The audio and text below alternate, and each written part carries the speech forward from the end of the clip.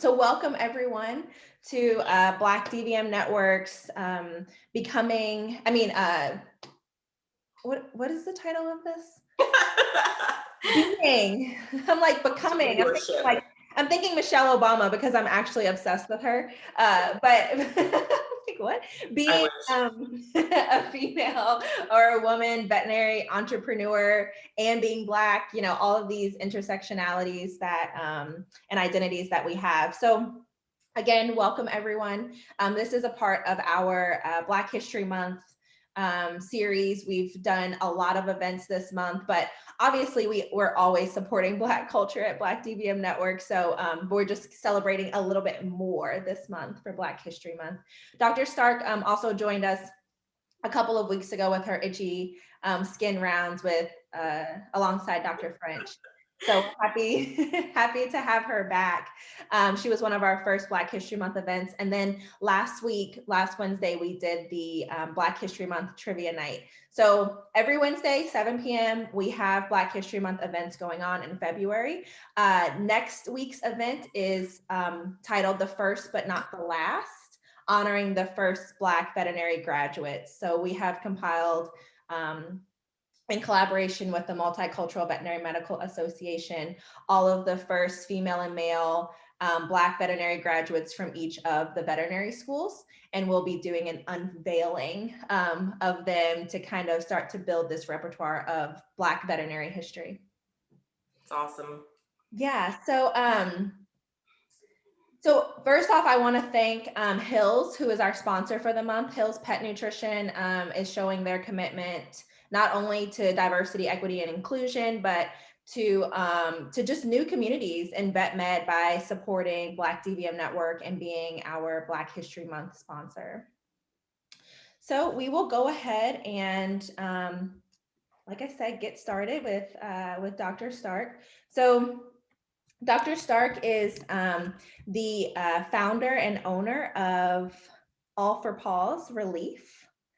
And she has worked in a variety of different areas, right? She has been a clinical manager, and she has also worked as a chief of staff. She grew up in Brunswick County, Virginia, and graduated from Virginia Tech in 2004. Her interests include dentistry and surgery, and she loves the interaction and relationships that she builds with clients and patients. So without further ado, I will let Dr. Starke take it away. Thank you so much, Tierra.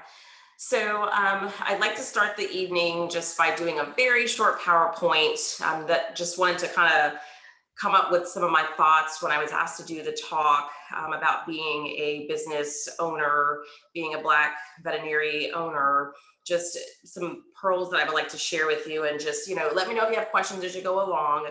I'm happy to answer any questions that you have. I'll answer them to the best of my ability. So I'm going to attempt to share my screen here. We're going to see how this goes. Can everybody see that? Awesome. Oh, all right, let's see if I can put it in. My IT team decided to leave me. Okay, all right. All right, so I have my first slide. So my color scheme is in honor of my sorority, Alpha Kappa Alpha Sorority Incorporated. Our current vice president is a member of my sorority. So the pink and green is a tribute to my sorority. So I want to start with a disclaimer. I figured out what I know. I figured it out as I've gone along. So, you know, if anyone is a business owner that's in the group, I'm happy for you to chime in. But everything that I'm going to present tonight is just what I've kind of figured out as I've gone along. I don't have an MBA or any special qualifications, you know, for me to do the talk, just being a member of the School of Hard Knocks and running a business. So definitely with my company, we started from the bottom. You know, Dr. Kirk, who is on the call with me tonight, we started this venture 7 years ago. I started the company. Dr. Kirk has been with us for 4 years. So again, you know, didn't have a lot of resources to start, just kind of a vision, and wanted to be able to do something better for myself. So just a very small amount about me. I know that Tierra did a great job just going over who I am. I'm a 2004 Virginia Tech grad. I have 17 years of small animal experience. I've managed 2 hospitals, been a business owner for going on 8 years.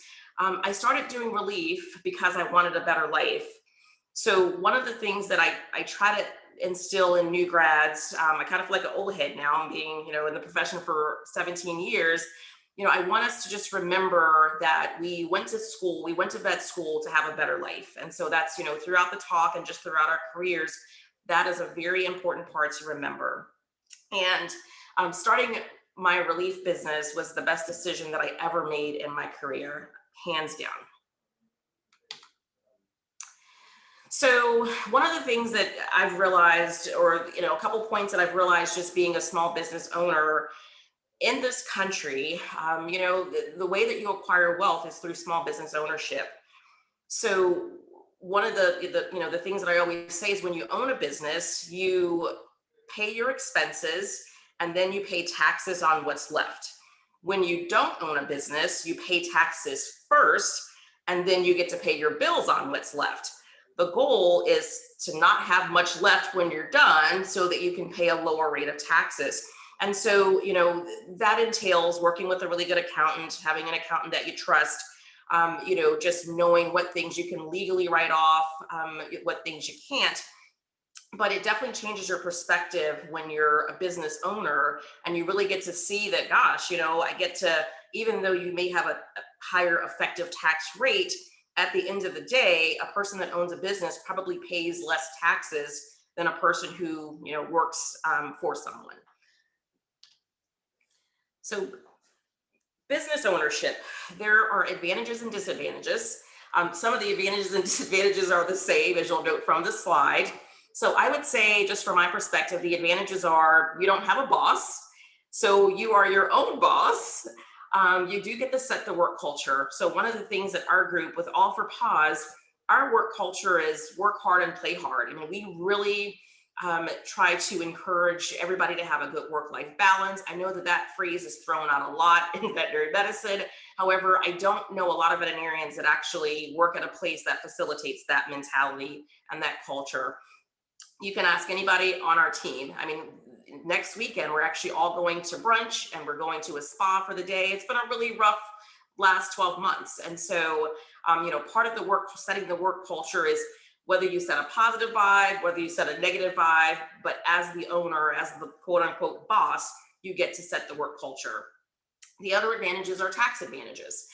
Like we talked about a little bit, being able to write off, your mileage to work versus if you, work for someone, you don't get to write your mileage off to work. It's just part of your, part of what you have to spend. Being able to write off part of your home as your home office. Those are some of the tax advantages that I never knew existed, but now I'm being able to take advantage of. You get to set your own schedule, yes and no. So, I do get to set my own schedule, but at the same time, I'm also, on call if a doctor gets sick or if someone, if something comes up, I do have to make adjustments rather quickly, but overall, I do get to set my own schedule. One of the advantages of business ownership is generational wealth. Whether you have kids or not, for me, I own a business, I can leave my business to my children versus if I work for someone, I can't leave their business to my children. If you don't have kids, you can leave it to the place of your choice, the charity of your choice. So just being able to get and obtain generational wealth is one of the big things that have become aware of as a business owner. Generally, you earn a higher income than employees, if the employees that work for your company are just employees in general, but that's variable. It really depends on if you're a startup company, if you're not taking a salary, from the start versus if it's a business that is generating an income that you're actually making a profit right off the jump. So that part can be variable, but in general, you are able to earn a higher income. So the disadvantages is that there is no boss of owning a business and you are your own boss. So again, that can be an advantage or a disadvantage. Because at the end of the day, like tomorrow, we're expecting a snowstorm here. So I have to figure out, well, what do we all do? How do we keep everybody safe? What is the schedule for tomorrow?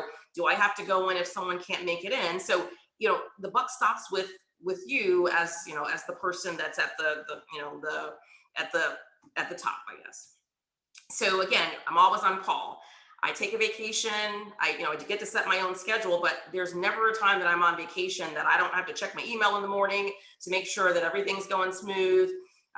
Being able to, to actually intervene if there's a situation that arises, even while I'm on vacation. I even remember at my grandmother's funeral, the morning of her funeral, I had a call come in that morning that I had to step away and take that phone call because it couldn't wait till after the funeral. So those are the things that you have to think about, as a business owner, and, just being able to be on call all the time and being able to deal with situations no matter time of day or, what the situation is. So dealing with like staff personalities. So you get to choose your own culture. And part of that is bringing the people onto your team that you work well with. One of the things that I've worked very hard doing with Offer PAWS is bringing on people that fit into our culture, who understand we don't want to work 24 hours a day. We want to have a good quality of life.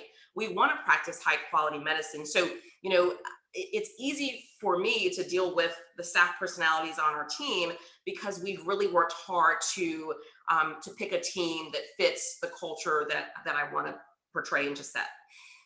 So, dealing with a pandemic, so I put that on the disadvantages, as in dealing with the unknown. Every day is different. Who would have thought a year ago today that we would be where we are today? And so being able to adjust, being able to, take leadership and saying, okay, we're going to reach out to clinics. We're going to make sure that they have, a protocol in place and that we're advocating for our doctors and our team, but just dealing with the unknown. And it's, again, it takes a special kind of person to be able to deal with those things and actually make decisions that affect the rest of the team. So another disadvantage is the risk. So as the owner, you have all the risk. So at the end of the day, if someone gets bitten or, if something happens, if one of your staff members burns a clinic down, you get all the risk associated with that. And so, like we talked about pay, there can be pay instability when you are starting a business, depending on your business model. So these are the things that I thought have made me successful with our company. So finding a niche. What I figured out a long time ago was that unfortunately in veterinary medicine, there is high doctor turnover and places are always looking for relief help. So for me, I could actually go and practice high quality medicine on my own terms. I can set my schedule. I can set my hourly rate, and I can still leave on time to catch my kid's soccer game, things that I couldn't do as an associate in a private practice. Having a competent team. And did I mention having a competent team? I think one thing that sets us apart from other companies in the area is having a team that when I send them into when we go to a clinic, I know what to expect. And so I can't stress enough, whether it's from scheduling with our company to, us dealing with the snowstorm tomorrow, we have a competent team, and I can say tomorrow I'm off. I have a day off. I'll say I'm off the grid for 4 hours. I don't have to worry that when I come back, it's gonna, things are gonna hit the fan. So just having a competent team is so very important. Valuing our team and letting them know that I value them. So again, we're going to the spa next weekend. We're going to have brunch and mimosas all day. It's not something that I have to do, but it's something that I want to do because I need our team to understand that, without them, we don't have a team. And I appreciate what they do. I appreciate them, roughing it through the pandemic. And so one of the things that I can definitely say in veterinary medicine that we don't do enough is value our team. And I feel like that's one of the things, again, that's made Offer PAWS a success. Networking. You can probably tell I'm an extrovert, so I don't mind walking up to a random person saying, hey, does your clinic, need any help? My name is Dr. Starke, I'm with Offer PAWS. But networking is where I've been able to just learn about how to run a business. one of my bookkeeper, I actually found out about her. She's amazing, from another veterinarian who has a traveling surgery business. And so just being able to network, bouncing off ideas off of people, because what I find at the end of the day is that a lot of us as small business owners are trying to figure this out as we go along. So sometimes you might be able to get the bookkeeper information from them, and then they may, you may be able to tell them, well, this is who I use for accounting. And so networking, whether it's going to your VVMA meetings, whether it's going to, regional meetings, LinkedIn, that sort of thing, but just networking within the profession. It is a small profession, so you will see the same people a lot. So just utilizing local banks for loans, for banking. I can call, I bank with a very small bank in the community. I can call my banker today and say, hey, I didn't get a chance to drop my deposit off. Just payroll's due tomorrow. I'll be in there sometime at the end of the week. That is so invaluable, being able to have that relationship. My banker will come to my house to grab my bank deposit if I am, running late and can't get it there. So being able to just build those relationships with small banks, so when something happens, or if you need to get money for research, for capital, that sort of thing, you have that relationship. And also utilizing the SBA, the Small Business Administration. I live in Northern Virginia. We have George Mason.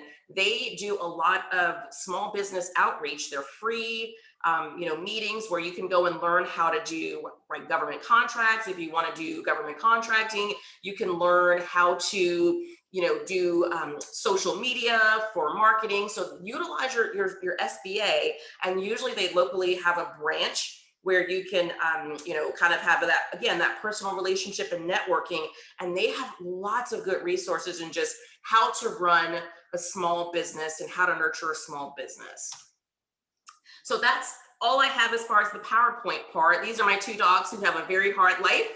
I don't know how they do it. So I would like to open the floor to questions at this point. Tierra, let's see. I'm sure I can see everybody. Yeah, I'm here. Let me switch us to gallery view. So okay. I'm gonna turn my volume up too, because. So don't be shy. Dr. Starke kind of covered a lot of things about business, but we really want to hear from you guys. What questions do you guys have, maybe for her specifically, and specifically about her business? Or did you come here today with questions about how to start a business, or maybe you just want to share with us, the business that you're starting, and you don't know what questions you have, but you want to just share that, and Dr. Starke can maybe give you some guidance, or just a pearl of wisdom. Feel free also, you can drop your questions in the chat, or you can also come off of mute and ask your question. I enjoyed your presentation, Dr. Starke. You have a brick and mortar business, and no, I don't. Oh, you don't? Do not. So, oh, wow. Yeah, so maybe Dr. Starke, do you want to maybe just give us a little bit of insight on your business, and maybe a little bit of your business model and how it works? Just help us kind of wrap our heads around that. So I own a veterinary locum or relief service. So we literally fill in for other doctors when they're out of town on extended maternity leaves. Doctor fell and broke their leg. They need a doctor last minute. Generally, we book pretty far out, so we don't always have last minute availability. But if we are available, we'll go. So we have a team of doctors that will go and fill in at other hospitals. We get to set our own schedule. We get a paid lunch break. And we also have licensed technicians and veterinary assistants as well that do exactly the same. But again, just being able to, have our good quality of life, we've figured out a way that, again, figuring out that niche, we are able to find, an area in veterinary medicine that's greatly needed, again, but being able to practice and practice on our own terms, pretty much. That's amazing. Brick and mortar, I never would own a brick and mortar. I mean, again, that's on the column of disadvantages, Again, I would do it all over again the same way. Amazing. Thank you. Then I do not have a question. That's okay. But again, I've run 2 brick and mortars, so I could probably tell you a little bit about those as well. I'm actually helping one of my friends who's a board certified theriogenologist. She wants to buy a brick and mortar. I'm helping her. I've helped 2 veterinary specialists in the area start their own brick and mortars because it's the same philosophy, whether you're in a building or not. So Yeah, so actually that is probably a good segue for the question that, for something that came up earlier in the chat. There's someone here that is thinking about doing some consulting services as a specialist. I thought there was one about that starting their own mobile business. Yeah, and there was someone that mentioned something about a mobile business. And then also, I don't have too much to offer because like Dr. Starke said, like I'm figuring it out along the way, but questions about businesses like Black DVM Network, we can also take too, because again, there's a lot of overlapping concepts, I'm sure. Absolutely. Business is business, no matter what the business is. So for sure. Tierra, sorry. Oh, sorry. Go ahead. I was actually going to ask at the beginning, like, how did Black DVM Network get its start? Like, what can you share with us about that? Yeah, so when I started Black DVM Network, it was an Instagram page, and that was really just kind of like a quick fix for what I was looking for in a community. And when people started to ask me questions like, do you have resources for this? Or I'm looking for a Black vet in this area, I'm looking for this. That's when I started to see more of a need and to build Black DVM Network out a little bit more. Now, there's already the National Association for Black Veterinarians. And so I knew that I didn't need to replicate that structure. And so with that Black DVM Network, I was very inspired by other industries like the fitness industry or the creative entrepreneur industry, where you have communities of people that are willing to invest in themselves to grow. And so that's where Black DVM Network's business structure came out of, was that we would be a community that that offered value in things like this, right? Like events and networking and discounts and such. So it took me a little while to decide, are we going to go the nonprofit association route, or are we going to go the community coaching consulting route? Does that answer your question, or is there something? Yeah. So kind of, okay. I was like, I hope that answers the question. And honestly, in vet med, it's a really tough concept for people to wrap their heads around. People see Black DVM Network and they automatically think nonprofit, charity, association. And it's different than that, because there are like association-like activities, and then there are activities that are more along the lines of coaching and consulting. Thanks. Mm-hmm. And then of course, I just, wanted a space for Black veterinary professionals. And I thought that was a good way to do it. So, all right, I have a question.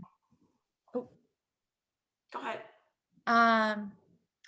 Let's see, other than letting the value speak for itself, like what are some ways that you have communicated with say the hospitals that we go to, you've communicated with them like the higher level of care, like the higher standard of care, like why there's increased value with us?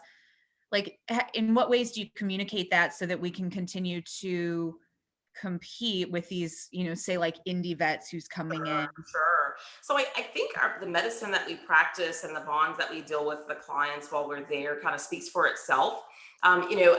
Even, yesterday I got a message from a clinic that said Dr. French was here and she was amazing.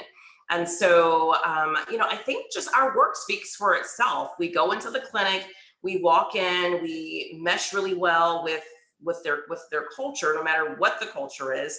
And we do a great job. We make a lot of money for the clinics, because if you practice good medicine, the revenue will be generated. So I don't have to specifically say like we're the bomb. Like I don't feel like we have to specifically say that, but I feel like just showing them every day how we practice, how we're we stay current on our medicine. We actually are bringing the value to them by letting their doctors know, hey, do you know, like today I had a dog that I thought maybe had bladder cancer, and I was telling them about the BRCA test, like, they had never heard of it. So being able to they see the value, their doctors see the value in being able to bring new information to them as well.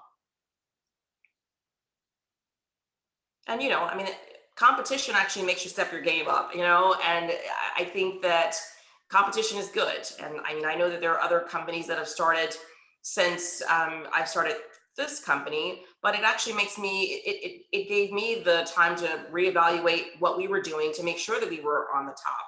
And I still feel like we are. But it definitely gave me it's like, okay, you're not the only one in the game now. You need to make sure that you are staying on top. And just like for Valentine's Day, we sent, popcorn to clinics and with all kinds of funny puns that I think I have more fun coming up with than anybody. But just saying, hey, just pop it in to say hi, just letting them know that, we're still here, we're still in the game. And I think our work again speaks for itself. Yeah. And, there's some questions in the chat, but I'm just going to piggyback off of the competition piece really quickly. A lot of times people, or a lot of times I shouldn't say people, because myself included, we come up with these great ideas and we get so far down our own rabbit hole of this idea that we feel like we're starting something completely new and we're the first to do it. And there's two outcomes to that. Like, one is you're not the first to do it. Like, it's been done before, you just don't know about it and you haven't searched well enough for your competition. But two, when you are the first and it's a good idea, people will follow. Like, the copycats will come and they're going to do it better than you initially because they're going to have watched your mistakes and they're going to pick apart what you've done to make it better. So, being the first, always trying to find an idea to be the first to do something is sometimes, like a curse and a blessing. And sometimes you might just want to take an idea and put your own little twist on it, even if it's not completely, like revolutionary epiphany type moment. And we've made no mistakes. I'm just kidding. We're perfect.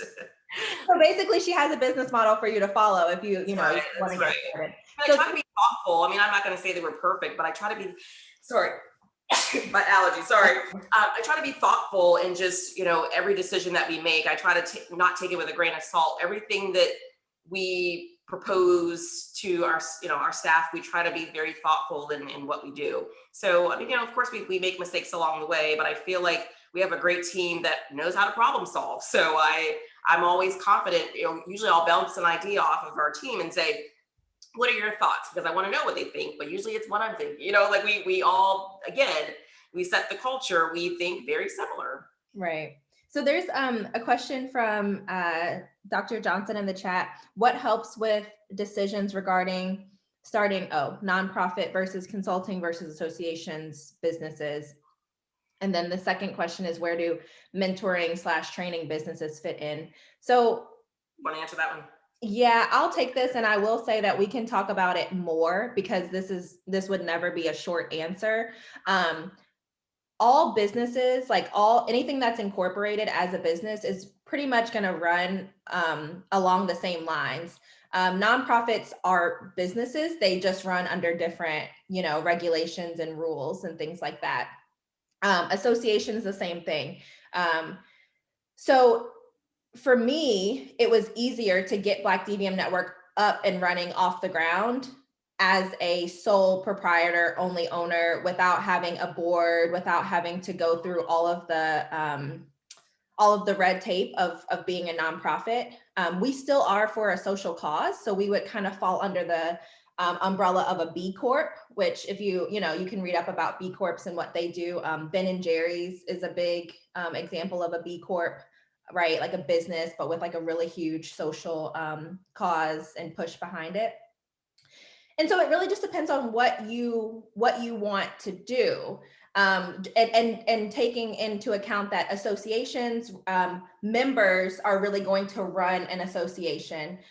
With a nonprofit, probably the biggest thing is funding. Like, you want to be able to solicit donors, you want to be able to get the funding that you need, and you have to fall under a certain category of work in order to be a nonprofit. And then consulting, I mean, you know, if you feel like you have the expertise and you can communicate that and it's valuable, then you can run a consulting type business. Now, some people might say, you know, like, for example, a lot of pushback that I got with Black DVM Network was like, how ethical is it for you to not be a nonprofit? Like, you're moving for a social cause.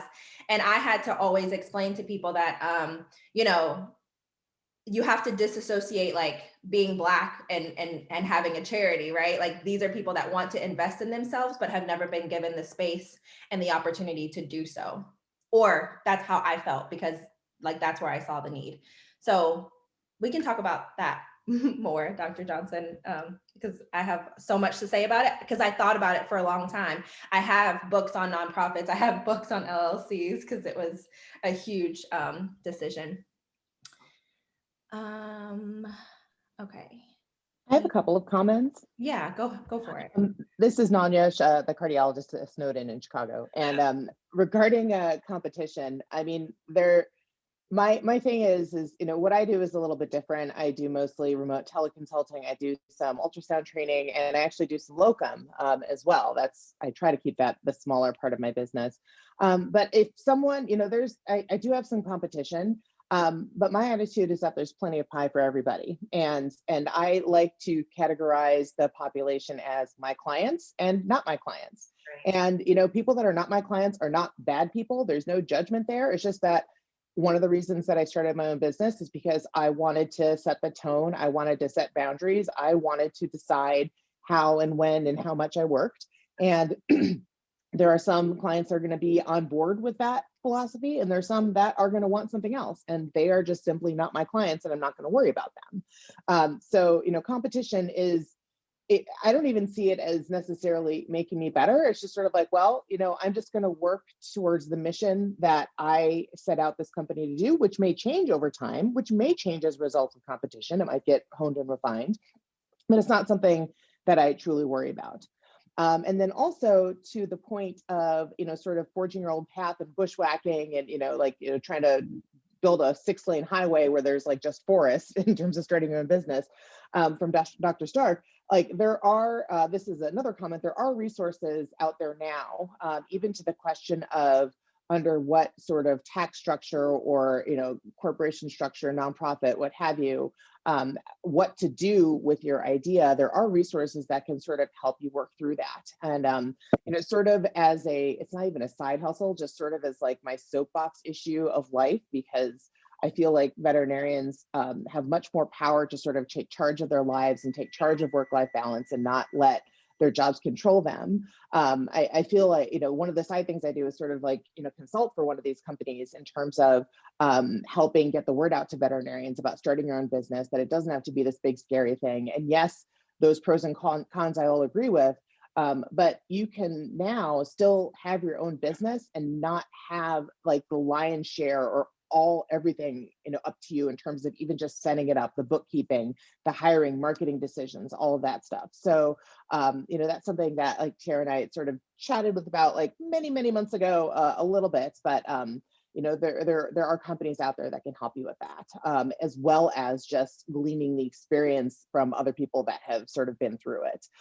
So if it's the business side that you feel like you don't have confidence or expertise, and that's what's stopping you from like taking the plunge, don't do it. Don't let that stop you, as in don't do it, but definitely do it because it's amazing.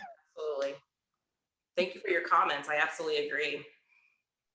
I'm glad Dr. Nanya commented on that, because that was going to be another question I had, or kind of like another point I wanted you to speak to, Dr. Starr, regarding, you know, those who may want to get started and not having to have everything perfectly in place, and which speaks to your disclaimer at the beginning of that some things you learned, you know, along the way, and that it's okay to do that. That's right, Dr. Kirk. Most things I learned along the way. Okay, and that right, you don't have to wait to have everything perfectly in place, and it's okay to outsource. In fact, it's probably better for you to outsource. That is correct. I mean, part of it too is not like some people do their own taxes. I mean, there's value in doing your own taxes, but there's also value in having a person who only does taxes all day do your taxes, and you pay them their fee, and you do more veterinary medicine to pay for doing your taxes. So again, just utilizing, again, if you're setting up a business, you can use, like Doc was saying, some of the resources, not reinventing the wheel. Try to find those resources versus trying to start it off from scratch. I mean, like I went to other traveling locum service doctors, and some of them I didn't even know. I just said, hey, I'm a locum in your area. Like one of the doctors is an ultrasonographer, didn't know her. She's a traveling ultrasonographer. We've become really good friends. And now she will recommend us to clinics, and we recommend her. But I went to her because I had questions, and she buys like fleet cars for her business. And we were able to share ideas, but just using people that have already done it, utilizing them as a resource, because you may have some knowledge that they may not have, or you may be able to help somebody down the road, but definitely not letting it all scare you. Sometimes we're our own worst enemies when it comes to progress. But I feel like, the best decision I ever made was doing relief, and it was scary. I'm not going to sit here and say, I woke up one day and, it all fell together. I mean, going along the way, it has been some scary times, and just knowing what to do. But just, I kind of believe in myself. The practices that we work at, they've gone through the same experiences when they started a practice. You can best believe that they didn't have it all together when they opened up the doors, and they seem to be doing just fine. So just believe in yourself and utilize your resources. I can't stress that enough.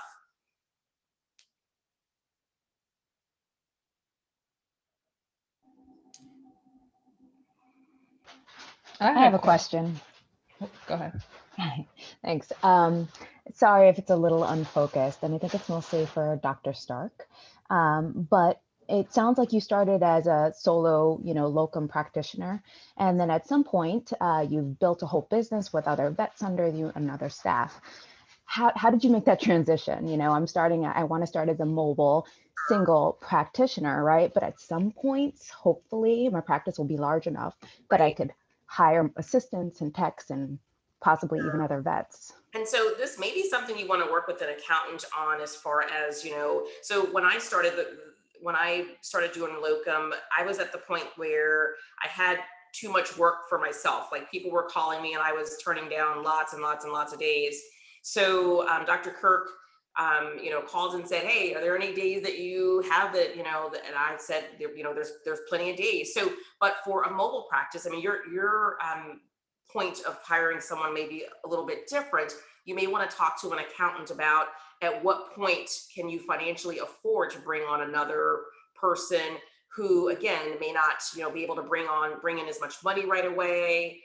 You'll have to pay benefits and things like that. So that based on the area that you're in and the amount that you're generating. So that would probably be a better question for like an accountant. But again, you can use relief. Like, if one of the niches that we fill is for companies that are starting out. They don't have enough business to bring on another associate, but in the meantime, that doctor needs a break.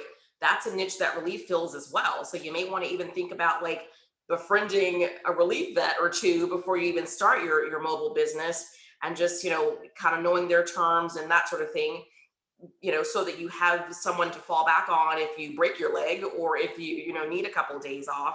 But again, an accountant would be able to help you just kind of figure out at what point can you afford to bring someone on, or you have to kind of be willing to decide, can I take less of pay in order to bring someone else on to get them up to speed until they can actually generate enough income to pay for themselves. Does that answer your question? It does, thank you. And it's funny that we're talking about building teams, because I was thinking about it yesterday, and I was, wondering how do solo business owners make it, like, without a team? And for me, it's kind of a no-brainer, maybe because I also have a full-time job, so that's like absolutely impossible. But I love having, you know, just a couple of people on the administrative side that can help with things, because it frees up my time and it helps me to not resent the work that I do, because I get to like do the fun stuff like events. And then if someone is like, oh, my membership login's not working, you know, I don't have to like, you know, break my brain trying to figure it out. And so, so yeah, does anyone have thoughts on, like, is there anyone here that is thinking about opening a business and just, you know, kind of being the only one? You're like, I don't really need a team, I'm going to just bring in this revenue myself? Or is there anyone that's currently like solo business owner, one person team? I think most solo businesses understand for brick and mortar, when they first open, that they're going to probably work for 2 years with no breaks. And I mean, and that's the commitment that, I mean, I know quite a few veterinarians who have opened up solo practices and done, you know, just that, but they pretty much know that for 2 years, they're going to be, that's usually about the amount of time for small animal practice that it takes to get to the point that you can afford an associate, even in an area that's pretty lucrative as far as veterinary medicine, like Northern Virginia. It may be less right now because just the boom in the number of pets that practices are seeing, but still, you got to see enough pets in order to get to that break-even point where you can bring someone else on. Right.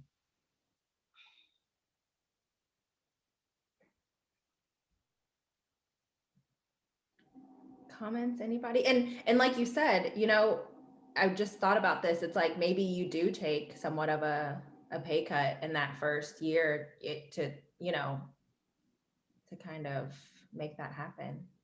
Or you don't get paid at all. That's why I have a full-time job, is because I don't get paid from Black DVM Network, but I definitely pay people, you know, to help make this thing run.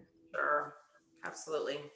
But then there may be a point where you run Black DVM Network and don't need your full-time job. So, you know, it depends on how, you know, how you set things up down the road. Right. Sorry, Dr. Williams, go ahead. Sorry. Did someone have a question? Oh, I thought I saw someone unmute. It was, I had a comment. I didn't know if there was someone else as well. This is Nanya again. In terms of teams, I mean, so I'm not doing like traditional clinical practice, but, and actually I run a pretty tight ship, but for the, you know, like skinny ship, but for the first couple of years, it was just me with sort of my business coach that was helping me along. Now I have him sort of hired on as my CFO.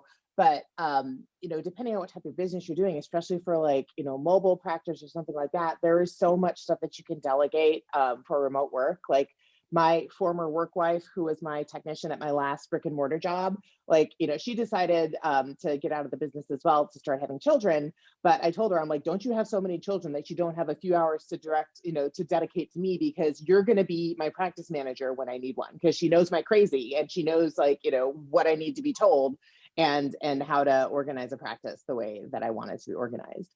So, I mean, today everyone's working from home.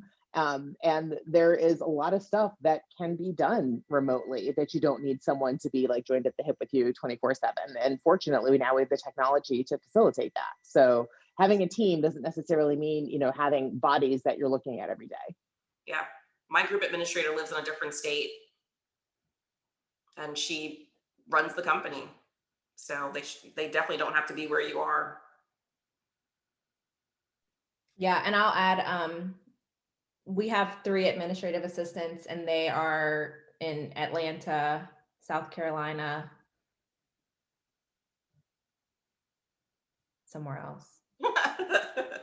But I realized I'm like, where does she live?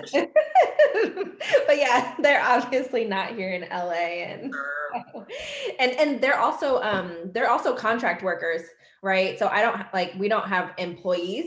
They just work, you know, 10 hours a week, or, you know, 5 to 10 hours a week just to get some stuff done. And it kind of helps me to extend myself a little bit past what I would be able to do because I do work full time. So it kind of just buys me a few extra hours each week. Buying hours is good. Sure, absolutely. I have a question. So I'm currently still in vet school, but like starting my own business is always something that I've thought about. But then it's like the idea of like the debt in my head of like after I graduate school. can I even afford to do that? So I was thinking, have you ever thought about like, I know your business is a little bit different, but buying into a business instead, and like basically taking over, like buying in and then taking over instead of having to start from zero? So, I mean, your debt load does determine what you'll be able to afford as far as a business. So number one, you want to figure out ways to minimize your student loan debt. So, I mean, that's the big thing. I do know veterinarians who have tried to, do startups versus buying that haven't been able to do it because of their massive student loan debt. I mean, I feel like banks are a little bit more generous if it's student loan debt versus like, unsecured debt, that sort of thing. For me, I've never really wanted to buy into a practice. I mean, I graduated in 2004. I worked for a woman vet who had children. She never got to see her kids. Like for me, I wanted a family. I was realistic. I wanted to be able to go to the soccer games. And so, I've never wanted to buy into a practice, but again, your debt load will dictate if you're able to do a startup versus a practice that's already up and going. Then you have to also think about if it's a practice that's startup, you won't be getting an income, starting right away. So you have to have, on top of your student loan debt, being able to pay that, you will have to have money to pay yourself and your bills until you can get to the point you're generating money, versus a practice that's already up and going. You'll have revenue right away, but then you're also competing with corporations who are able to offer, more to these practice owners who are retiring versus what is probably fair market value. So that's another downside to, buying an existing practice. I mean, there are veterinarians who say, I'm not selling to corporate, I'm going to sell to another veterinarian. So that might be, who you look for, but there definitely is a lot of pressure from corporations of buying existing practices because they understand the revenue stream and they want to be able to take advantage of that. Does that help? Yes, thank you. So, also I think that you can, so I'll start by saying, if you want to own your own business, you have to get control of your own finances. Like you cannot be irresponsible with your personal finances. So the first and foremost, like before you even like type out on your computer, my new business model, like you need to have your, you need to have your budget tight, because that's only going to spill over into how you run and manage your business. So that's first and foremost. But then the other thing is that you can get kind of creative, right? I wondered for a long time, should I seek out investors for Black DVM Network? Should I share, part of this with others? We can, again, like that's a whole nother world of how that works and where people come in, but that's always an option. And if you're looking for inspiration about investors, you can, just take one of your favorite small businesses. One of mine is 305 Fitness. I love them. Another one is Ethel's Club. I love them. And you can kind of Google and see how much money they raised in different rounds of funding and see, where their angel, how much they got in angel investing, that who were the first people that invested in their businesses. Because you'd be surprised. There are a lot of businesses that come, they get their investors before kind of, really starting and launching, and they are able to launch beautifully because they had 10 million invested, right? Because they were able to articulate their vision and their goals so well. So I'm not sure what that looks like for brick and mortar veterinary practices, but I do know that it happens with other things, like brick and mortar gyms. You can't just say like, oh, 305 Fitness is an amazing company to follow. Their founder was 22 and she was right out of Brown University when she started 305 Fitness. And she has about 4 studios in New York City. So that was not cheap. And she was able to get investors for that. And so just to piggyback off you, Tierra, about getting your own finances in order, I mean, veterinarians are notoriously bad business owners. I mean, we are. And so, I think you would do yourself a service to take a couple of classes. I mean, VIN offers all kinds of like information on business ownership. Every national conference that we go to, they have classes on business ownership. Take some classes about how to run a business. before you open a business, you know, and continue to grow and learn as you, you know, own a business. But like, we go to practices every day and we're like banging our heads on the floor. We're like, I don't know how this place stays in business. You know, they're giving away services, they're, you know, missing charges. You know, that's literally throwing money away. So if you're going to own a business, make sure you run it well. You got to work smarter, not harder. Charge for that office visit, you know, charge for that nail trim that 4 people had to do. So, you know, from the veterinary standpoint, we got to do better when it comes to running these businesses, because, you know, then your technician can't get a raise because you just gave away 50 free exams, free new puppy exams. And then your staff is turning over. So, you know, so it's a kind of a spiral effect, just poor management from the top.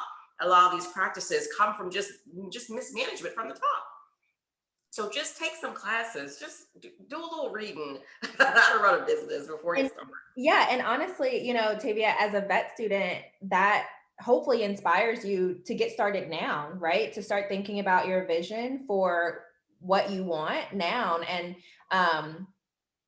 you know, just dream big and put it down on paper, and you know, just start thinking about it, because you know, what I would hate to happen is that you wait and wait and wait. Oh, I need to wait 5 years out to start my business. And then you realize 5 years out that you should have been learning about business in the last 10 or 15 years, because you can't just wake up one day and decide that you're going to type out a beautiful business plan and then open a beautiful clinic. So it's never too early. It is what I hope that you hear me say. It's never too early to start thinking about it. And obviously you are, because you're here like listening to this, but you know, the business classes, and Matt Holland is here from VEN. And so, you know, like Dr. Starke said, there are classes on VEN, and as a student, VEN is free, I believe, like the whole time you're as a student, right, Matt? Okay, yeah, so the whole time as a student, it's free. It is not free when you're not a student anymore, so, so I would take advantage of it as a student. So just a couple things. One is we talked a little bit about the SBA. The Small Business Administration does offer business loans for startups. So they usually are low interest loans. So that's something that you can check into as far as acquiring capital that's low interest. They usually like do over 30 years payment, that sort of thing. So do look into the SBA. I also encourage, you know, everyone, if you're a woman, if you're a minority, to sign to actually get registered as, like, you'll see minority business, woman-owned business, because there are pots of money through the federal government that are allotted for businesses that have that designation.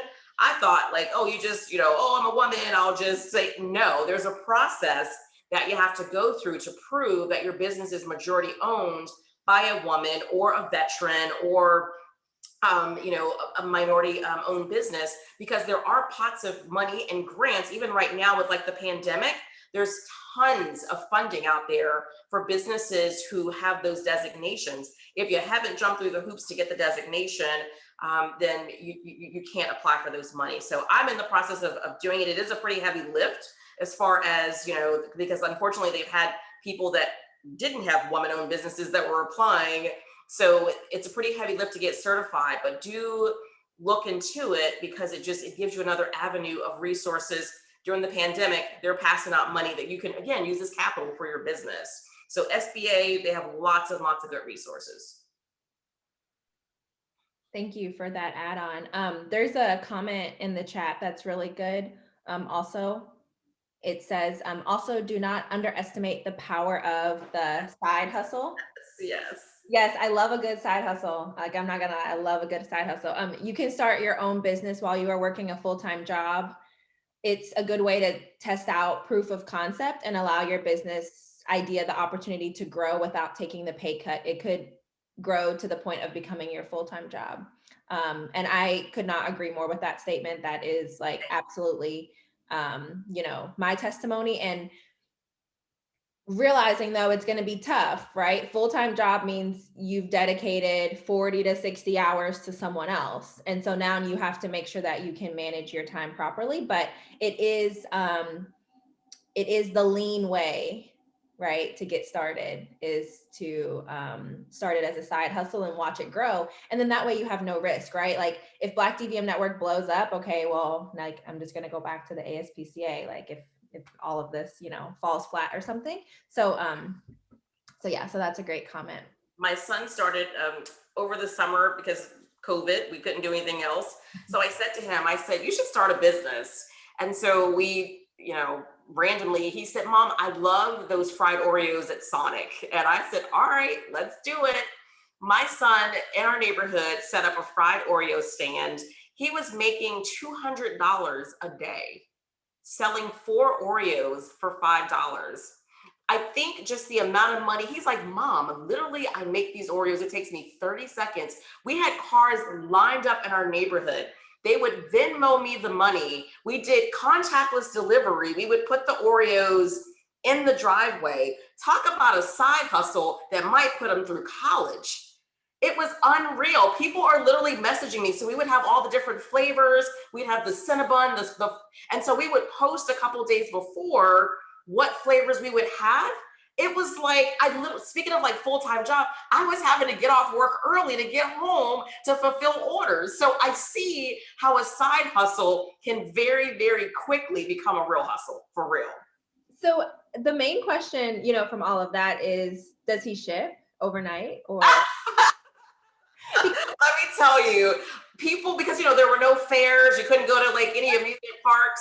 I can only get a fried Oreo at the fair. I don't know where else. A little powdered sugar on them. So we did the powdered sugar like in front of it. Was like, I literally had the neighborhood. So my son actually had 4 employees. He had kids from the neighborhood that were doing door deliveries. It was insane. My husband and I are like, is this really happening? So side hustles, I mean, unreal. We would have never thought. He literally would set up shop for 2 hours and make $200. Yeah, where is he? Can he make a special? I know. Okay, so the next, because honestly, it's like, okay, so the next talk is going to be about side hustles outside of vet med. Absolutely, that would be awesome. It's brilliant because I was really sad about missing the fair and all the fair food. And you, like, I cannot get a fried Oreo anywhere else. So absolutely, I might have to hit you guys up for like $28, you know. You invite us to LA, we could probably bring our kit. So there you go. Right. If you guys want to open, you know, a pop-up shop here in LA, I'll do it. Absolutely. But it's just the value of a side hustle. Who would have ever thought? And so even if it's not a veterinary medicine, like Dr. Gallagher, who's on the call, she does the most amazing scarves. And I mean, I wear this scarf everywhere. She is a veterinarian. She does it, crocheting, knitting, okay, one of the two, but it's amazing. So I told her, I said, that is an awesome side hustle. So don't leave us, Dr. Gallagher, for your new scarf business, but oh my God, the side hustles are the best. Yeah, that's awesome. And I feel like the side hustles usually come from a really passionate place, absolutely, right? And they come from a really, a place of love. And that is really the most important part of starting something up, is that you're passionate about it, because there's nothing that's going to be worth the money if you can't stand doing it. So I'll be doing bath bombs this summer. We'll figure out something. Does anyone else have any like last questions for Dr. Starke? We're coming up a little bit past the hour, so we want to be mindful of the people on the East Coast where it's dark already. Last questions. And I think I have my email. So we're info@allforpaws.vetrelief.com. I can share my information. I think I have my personal email up there as well. I'm happy for you all to contact me. I don't know it all, but I try to learn as I go along, and I have lots of good resources in the veterinary profession to that can potentially help you, whether it's brick or mortar, whether it's mobile. I've learned to network with them all. So awesome. Cool. Well, if there aren't any other questions, we will go ahead and close out. First, I'll say thank you to Dr. Starke for sharing all of her insight and wisdom and being transparent about her business and upcoming events, right? So we have next week, the first but not the last, and then the week, and then for our month-long fundraiser, we are collaborating with the National Association for Black Veterinarians and the Companions and Animals for Reform and Equity, for Reform Equity. That's CARE. We are working with them to raise money for a veterinary student scholarship in Dr. Jody Blackwell's name. And Black DVM Network and NABV have set a goal of $10,000 through a GoFundMe. We've already raised about $6,500 of that. Black DVM Network has donated $3,000 of that. Let me pause really quick. Don't go anywhere, guys. I'm gonna grab this. We have these amazing calendars that are being sold to raise money for this fund. Black vet on every page, you know, Black vet student on every page. So if you would like to donate to the GoFundMe, go for it. If you would like to donate and get a calendar in return, you can order these on our website.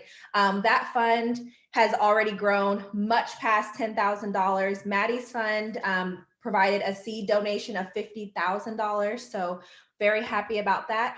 And then Tito's Vodka has provided another $20,000. Yes. And we have Mary from Maddie's Fund here. So we're so excited that you're here and that Maddie's Fund was able to donate to that cause. So with that being said, thank you all for coming, and have a great night.